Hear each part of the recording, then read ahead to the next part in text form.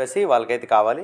Sir దీని mileage ఎంత వస్తుందండి ఎంత మోడిఫై చేసి? 2018 మోడల్లో నేను కొన్నప్పుడు 2,25,000 ఎంత ఉంది. మెయిన్ క్వశ్చన్ ఏంటంటే ఆర్టీఓ నుంచి ఏమైనా ప్రాబ్లమ్స్ వస్తాయా ఇటువంటి modify? Hi friends, welcome to Neelu art series. మనం చాలా ఇంపార్టెంట్ విషయం మాట్లాడదాం. అదేంటంటే నేను బెజవాడ బ్యాక్ ప్యాకర్ వీడియో అయితే చూశాను అనమాట. నాకు చాలా బాగా నచ్చింది. సో దాని గురించి ఎంక్వైరీ చేశాను ఆయన దగ్గర. దట్టు మనమైతే ఇప్పుడు ఒక రైడ్లో ఉన్నాం కదా, సందీప్ గారు ఆ బండికి అయితే వైర్ కట్ అయిందనమాట, హార్న్ తాలూకుది. సో ఆ రిపేర్ చేయించడానికి, అలాగే సో ఆ బెజవాడ బ్యాక్ ప్యాకర్ చేసినటువంటి ఆ బైక్ వీడియో ఏదైతే ఉందో దాన్ని షూట్ చేయడానికి నేను ఇదిగోండి ఇక్కడ రాయల్ యాక్సరీస్ అనేటటువంటి ఒక షోరూమ్కి అయితే వచ్చాను. ఇది ఎక్కడ ఉందంటే నక్కల్ రోడ్ విజయవాడలో అయితే ఉంది. అంటే లోపలికి వెళ్ళి నేను ఒక బైక్ని చూశాను. వాళ్ళు ఏ విధంగా మాడిఫై చేశారంటే ఫుల్ ఫిదా అయిపోయాను అనమాట. సో లోపలికి అయితే వెళ్దామండి. సో లోపలికి వచ్చిన తర్వాత అయితే మాత్రం యాంబియన్స్ నాకు పిచ్చెక్కించింది అనమాట. ఒక బైకర్కి, సో బైకింగ్ రిలేటెడ్ ప్యాషన్ ఉండేవారికి అయితే ఇది ఎక్స్ట్రాడినరీగా నచ్చుతుంది. సో ఇక్కడైతే రాయల్ ఎన్ఫీల్డ్కి సంబంధించినటువంటి ఇక్కడ చూసారు కదా, ఈ డిఆర్ఎల్స్ ఇవన్నీ కూడా నాకు చాలా బాగా నచ్చాయి. సో కలర్లో మీకు ఏ టైప్ ఆఫ్ డిఆర్ఎల్ కావాలన్నా వీళ్ళ దగ్గర అయితే అవైలబుల్ ఉన్నాయి.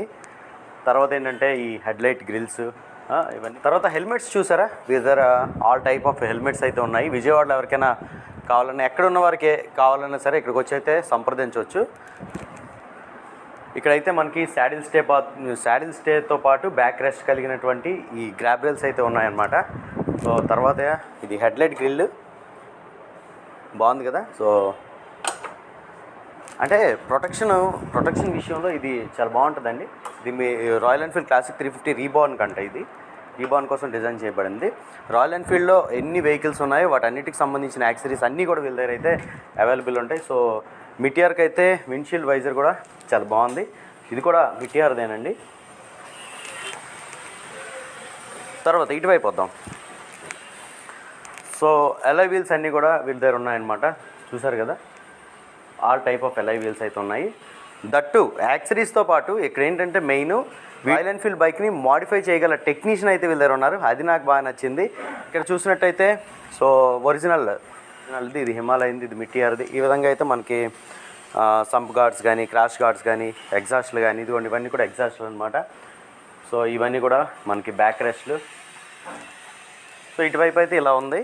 తర్వాత crash guards, so front crash guards అయితే మనకు ఉన్నాయి, క్వాలిటీ క్రాష్ గార్డ్స్ అయితే ఉన్నాయి. ఇదిగోండి ఇవన్నీ కూడా మనకి ఇండికేటర్స్ అయితే అద్భుతంగా ఉన్నాయి. చూసారు కదా, ఆల్ టైప్ ఆఫ్ ఇండికేటర్స్ అయితే వీళ్ళ దగ్గర ఉన్నాయి. సో కార్కి సంబంధించినటువంటి యాక్సరీస్ కూడా వీళ్ళ దగ్గర ఉంటాయన్నమాట. సో ఇవన్నీ కూడా కార్కి సంబంధించినటువంటి యాక్సరీస్, టైర్స్, కార్ తలకి సీట్ మోడిఫికేషన్స్, కార్కి సంబంధించినటువంటి ఎల్ఈడీస్ అన్నీ ఉంటాయన్నమాట వీళ్ళ దగ్గర. సో సీట్లు కూడా, సో కార్కి సంబంధించినటువంటి సీట్లు ఓకేనా. సో ఇప్పుడు ఒక అద్భుతాన్ని చెప్తాను అన్నాను కదా, దాని దగ్గరికి అయితే వెళ్ళిపోదాం. ఇదిగోండి ఇదే ఆ అద్భుతం. సో ఎప్పుడైనా సరే ఒక బండికి 2 టైర్లతో మీరు ఎప్పుడైనా చూసారా? సో ఆ విధంగా మాడిఫై చేశారనమాట. సో మనం టెక్నికల్ పాయింట్ ఒకటి చెప్పాలి కదా, ఇలాంటిది ఒకటి చూసినప్పుడు టెక్నికల్గా మనం మాట్లాడతాం కాబట్టి టెక్నికల్ పాయింట్ ఒకటి చెప్తారండి. సో మీ బైక్ అనేది జనరల్గా వెళ్ళేటటువంటి స్పీడ్ కంటే ఎక్స్ట్రా స్పీడ్ వెళ్ళాలంటే మీరు ఏం చేయాలంటే ఖచ్చితంగా ఇదిగోండి ఈ విధంగా ఇంజిన్ నుంచి వచ్చినటువంటి పవర్ని ట్రాన్స్ఫర్ అయ్యేటట్టుగా ఇక్కడ ఉన్న చిన్న స్పాకెట్ ఒకటి ఎక్స్ట్రాగా యాడ్ చేశారు. ఈ స్పాకెట్ నుంచి ఈ స్పాకెట్ తిరుగుద్ది అనమాట. ఈ స్పాకెట్కి బ్యాక్ స్పాకెట్ అయితే కనెక్ట్ చేశారు. ఇలా 2 టైర్లు పెట్టి బండిని ఇంత భారీగా తయారు చేసిన తర్వాత డైరెక్ట్ ఇంజిన్ నుంచి వచ్చే శక్తి డైరెక్ట్ ఇచ్చారంటే మాత్రం వెళ్దనమాట. మీరు గేర్ సైకిల్ చూసారా? సో గేర్ సైకిల్ ఫాస్ట్గా వెళ్ళడానికి ఏం చేస్తారంటే వాటిలో ఎక్కువగా గేర్స్ అయితే అమరుస్తారనమాట, ఎనర్జీ అనేది ట్రాన్స్ఫర్మేషన్ కోసం. ఇక్కడ కూడా సేమ్ అంతే, అదే లాజిక్ అయితే యూజ్ చేయబడింది. త్వరలో మనం కూడా ఇలాంటిది ఒక బండికి చేద్దాం. ఈ royal accessories Vijayawada showroom proprietor గారితో అయితే మనం మాట్లాడదాం. సో ఆయనదనమాట ఈ పర్సనల్ బైక్ ఇది. సో నైస్ మీటింగ్ అండి. సో మీలాంటి మంచి టేస్ట్ ఉన్న పర్సన్ కలవడం నాకు చాలా హ్యాపీగా ఉందండి. ఈ బైక్ని మీరు మాడిఫై చేశారు కదా, సో దీంట్లో సింపుల్గా అంటే మొత్తం ఓవరాల్గా ఒకసారి ఆలోచించి మా సబ్స్క్రైబర్స్ కోసం అయితే మీరు దీని మోడిఫికేషన్ కోసం ఏమేమి చేశారనేది కొద్ది మాటల్లో చెప్పండి, మీ వాల్యుబుల్ టైంని. యాక్చువల్గా ఫస్ట్ టైం ఏంటంటే నేను మోడిఫికేషన్ చేస్తున్నప్పుడు యాక్చువల్గా మోడిఫికేషన్ చేయాలనే ఆలోచన ఎందుకు వచ్చిందంటే చాలామంది మోడిఫికేషన్ అని ముంబై కానీ హైదరాబాద్ కానీ అలా వెళ్ళిపోతుంటారు. సరే ఆంధ్రప్రదేశ్లో మనం ఎందుకు స్టార్ట్ చేయకూడదు అని అనిపించింది. మేము ఫస్ట్ టైం బుల్లెట్ యాక్సిస్ పెట్టామన్నమాట. బుల్లెట్ యాక్సిస్ పెట్టినప్పుడు నా బైక్ ఏదైనా సరే ఇప్పుడు కస్టమర్స్ బైక్ మీద ప్రయోగం చేసి ఊరుకోరు కదా. అవునండి. మళ్ళీ ఏదైనా ప్రాబ్లం వస్తే మాకు ఇబ్బంది అవుతుంది కదా. ఏం చేసామంటే నాకంటే ఒక కొత్త బుల్లెట్ తీసుకున్నాను, నాకు నచ్చిన బుల్లెట్.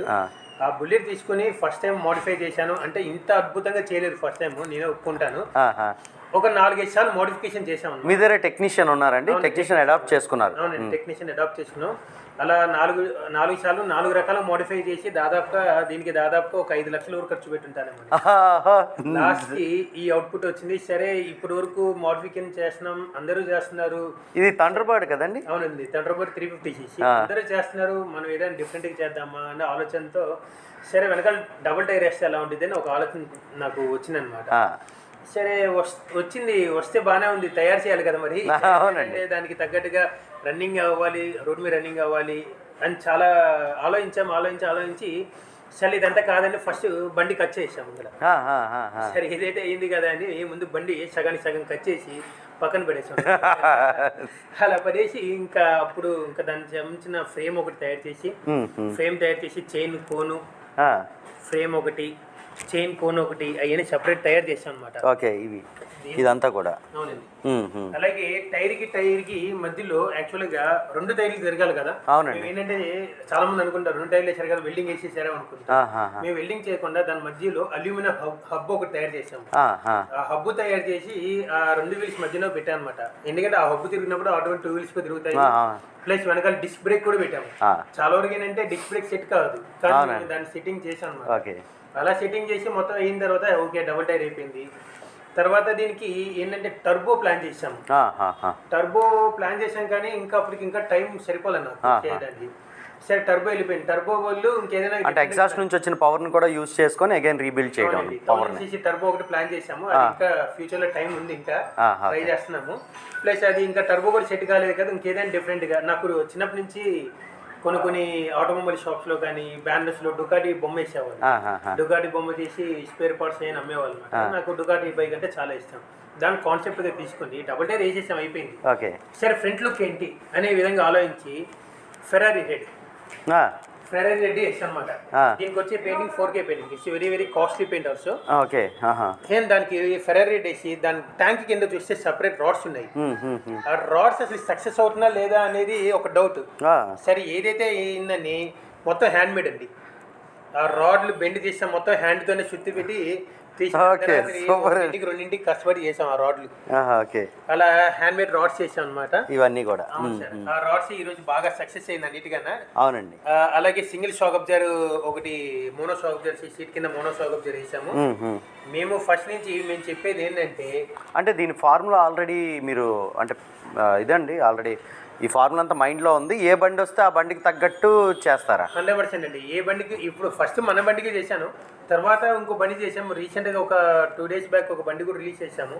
దాదాపుగా 3.5 lakh అయింది మోడిఫికేషన్కి. అది కూడా మీకు చూపిస్తాం త్వరలో. ఓకేనండి. అండ్ ఇంకా చెప్పాలంటే ఈ రాడ్స్ అన్ని తయారు చేసిన తర్వాత ఒక డయాగ్రామ్ గీసిన, డయాగ్రామ్కి ఇలా రాడ్లు ఉంటే బాగుంటుంది ముందే ఒక డయాగ్రామ్ గీసుకుని దాని ద్వారా డిజైన్ చేస్తాం జరిగింది. నేను చెప్పేది అంటే చాలా వరకు ఏంటంటే బుల్లెట్ మోడిఫైర్ అంటే ట్యాంక్ మార్చేస్తారు ఫస్ట్. అవునండి. ఇంజన్ చాయిస్ మార్చేస్తారు. అవునా, నేను ఎప్పుడైనా సరే రాయల్ ఫీల్డ్ లాగానే ఉండాలి. దాని రాయల్టీ దానికే ఉండాలి, దానికి మనం గౌరవించాలి. అవునండి. ఆ గౌరవించాలి ఉద్దేశంతో మేము ఏం చేసామంటే ట్యాంక్ ఒరిజినాలిటీనే ఉంచుతాం. మేము చేసే ప్రతి మోడిఫికేషన్ ట్యాంక్ మార్చానండి. 99% ట్యాంక్ ఇంజిన్ అలాగే అలాగే ఉంది. లేదు కస్టమర్ నాకు మార్చాలి అంటే తప్ప నేను మారుస్తాను తప్ప మాక్సిమం పెద్ద చేసే మోడిఫికేషన్స్ అనేది అసలు ట్యాంక్ అనేది 80% మార్చిన అనమాట. ఆ ట్యాంక్ రాయల్ ఫీల్డ్ అనేది ఉంచి చాలా మంది ఏంటంటే ట్యాంక్ పైన వాళ్ళ పేర్లు వేసేసుకుంటారు. అవునండి. నేను అలా కాకుండా రాయల్ ఫీల్డ్ పేరే ఇచ్చాను, ఎందుకంటే దానికి నేను ఆ విలువ ఇస్తాను. Royal Enfield royal field lover. Okay, ఆ విలువ నేను ఇచ్చి బండిలో తయారు చేయడం జరిగింది. ఒరిజినాలిటీలోనే మోడిఫికేషన్ చేశాము, అది మా happiness. Okay guys, front view అయితే చూశారు కదా. దీనికైతే బజాజ్ అవెంజర్ యొక్క హెడ్లైట్ అయితే వేయడం జరిగింది. చాలా బాగా అనిపిస్తుంది అనమాట ఇది.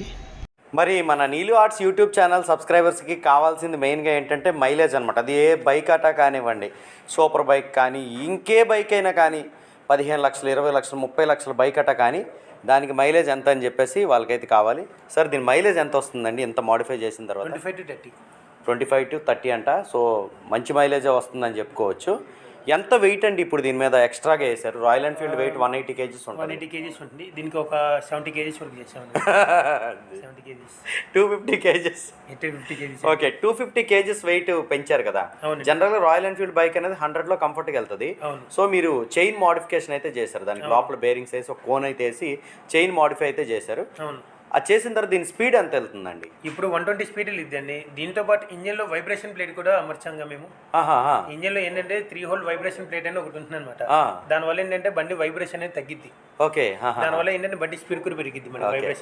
వైబ్రేషన్ తగ్గింది, స్పీడ్ పెరిగిద్ది. ఓకే. ఇది ఇంజన్ అంటే డిఓహెచ్సి ఎస్ఓహెచ్సి అని ఉంటాయి కదా. అవునండి. సో దీన్ని ఓహెచ్సి మోడిఫికేషన్ చేశారు. అసలు ఇంజన్ అనేది లేదండి మోడిఫికేషన్. మనం ఏది మోడిఫికేషన్ పెట్టలేదు. కంపెనీ ఏదైతే ఒరిజినల్ ఇచ్చారో అదే విధంగా ఉంచారు. ఓకే. క్యామ్ సాఫ్ట్ అయితే మార్చలేదండి. ఓకే. ఇది 120 స్పీడ్ వెళ్తుంది, మైలేజ్ కూడా బాగానే ఇస్తుంది, వెయిట్ కూడా పెరిగింది. సో ఓవరాల్ ఖర్చు ఎంత వచ్చిందండి మీకు? ఇది 1.7 వరకు అయింది. 1,70,000 వరకు అయింది. ఓకే. అంటే ఇది మనకి థండర్ బర్డ్ అంటే ఆల్మోస్ట్ ఆ రోజుల్లో మనకి 170, 180 ఉండేది. లేదండి, ఇది 2018 మోడల్ అనమాట బండి. 2018 మోడల్ నేను కొన్నప్పుడు 2,25,000 ఎంత ఉంది. ఓకే. అప్పుడు హైయెస్ట్ వెహికల్ ఇదే కదా అప్పట్లో, బుల్లెట్. అవునండి.